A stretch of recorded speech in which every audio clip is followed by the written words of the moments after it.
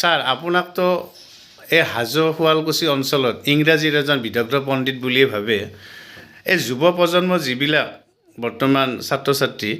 তেওঁলোকক ইংৰাজীত আপুনি কি মানে কেনেকৈ আগবাঢ়িলে ইংৰাজী জানা হয় আপুনি অলপ থুলমূল আভাস এটা দিয়ক মানে ইংৰাজী বিষয়টোত বহুতে ভাবে যে ইংৰাজী বিষয়টো টান আচলতে নহয় আমাৰতো অসমীয়া মাধ্যমত পঢ়া ল'ৰা ছোৱালীও ইংৰাজীত চকা হৈ গৈছে মোৰতো অসমীয়া মাধ্যমত পঢ়া আছিলোঁ আচল কথা হ'ল what is important is interest in the subject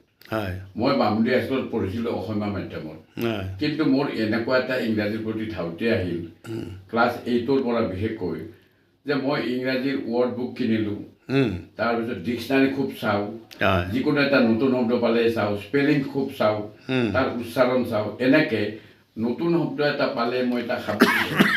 এনেধৰণে তাৰপিছত মই বুজিলোঁ যে ইংৰাজীৰ স্পেলিং অতি দৰকাৰ ছেকেণ্ডলি ইংৰাজী গ্ৰামাৰ জানিব লাগে কিছুমান ল'ৰা ছোৱালীয়ে ইংৰাজী গ্ৰামাৰ পৰীক্ষাত যিটো চেপ্টাৰ আহে সেইটোৱে মাত্ৰ পঢ়ে সেইটো নহয় জানিব লাগিলে ইংৰাজীৰ A to Z চেপ্টাৰ পঢ়িব লাগে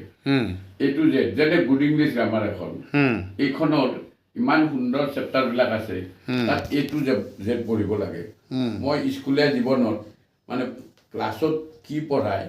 পৰীক্ষাত কি আহিব তাতকৈও মই A to Z চব চেপ্টাৰ পঢ়িলোঁ আৰু মই এনেকৈ পঢ়িলোঁ এটা নতুন শব্দ পালে মিনিংটো ডিক্সনাৰীত চাই লওঁ গতিকে গ্ৰামাৰত চকা হ'লে ইংৰাজী সহজ হৈ যায় আৰু আমাৰ দিনত ক্লাছতো অৱশ্যে টিচাৰবিলাকে ভাল পঢ়াইছিল ইউনিভাৰ্চিটিত যেতিয়া পঢ়িছিলোঁ গুৱাহাটী ইউনিভাৰ্চিটিত কোনো টিচাৰে ক্লাছ ৰুমত অসমীয়া নকয় আমাৰ এটা অভ্যাস হৈ গৈছিল how to speak in English এনেকুৱা গতিকে গুৱাহাটী ইউনিভাৰ্চিটিত ক্লাছত বা ডিপাৰ্টমেণ্টৰ মিটিঙত we were bound to speak in English সেইকাৰণে আমাৰ স্পীকিংটো আহি গ'ল এতিয়া ইংৰাজী আচলতে ইণ্টাৰেষ্টিং ছাবজেক্ট এইটো লিটাৰেচাৰ তাক উপভোগ কৰিব জানিব লাগে টান নহয় মানে প্ৰতিটো শব্দৰ মিনিং জানিব লাগে তাৰ উচ্চাৰণ জানিব লাগে স্পেলিং শুদ্ধকৈ জানিব লাগে তেতিয়া পাৰি মানে গ্ৰামাৰৰ প্ৰতিটো চেপ্টাৰ পঢ়িব লাগে যেনে এটা নাম্বাৰ মানে বছৰ এই নাম্বাৰ মানে কি ল'ৰাটোৱে প্ৰথমতে জানি ল'ব লাগিব যেনে জেণ্ডাৰ মানে লিংগ মেস্কুলিন ফেমিনিন এইবোৰ জানিব লাগিল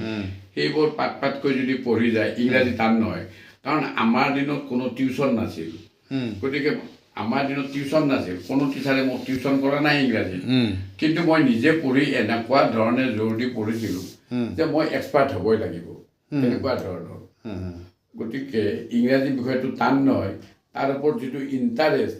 এই ইণ্টাৰেষ্টটো নিজে বহুৱাই ল'ব লাগে যে তাক পঢ়িব লাগে ভালকৈ স্পেলিং জানিব লাগে গ্ৰামাৰ জানিব লাগে তেতিয়া শুদ্ধ বস্তুবোৰ আহি যায় হয় ধন্যবাদ ছাৰ এইখিনি আপোনাৰ যিখিনি আপুনি ক'লে ইংৰাজী জ্ঞান ল'ব লাগিলে ইংৰাজী ভালকৈ জানিবলৈ হ'লে ব্যাকৰণ গ্ৰামাৰ জানিব লাগিব শব্দৰ ভঁৰালটো গোটেই হ'ব লাগে তেতিয়াহ'লে আগবাঢ়ি যাব পাৰি ধন্যবাদ ছাৰ